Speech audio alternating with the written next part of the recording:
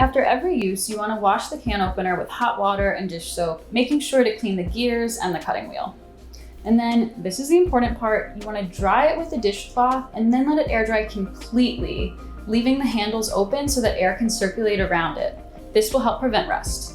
Now, if you haven't kept up with cleaning your can opener and gunk has built up on it, clamp it onto a layered piece of paper towel and turn the handle to help remove any residue. To disinfect, combine 1 teaspoon of bleach with 1 gallon of hot water.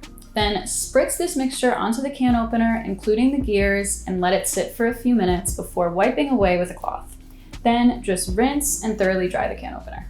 And once your can opener is completely dry, prevent rust by applying just a small amount of food-grade mineral oil to the gears using a clean cloth. Want to learn the right way to clean everything else in your home? Follow along on realsimple.com.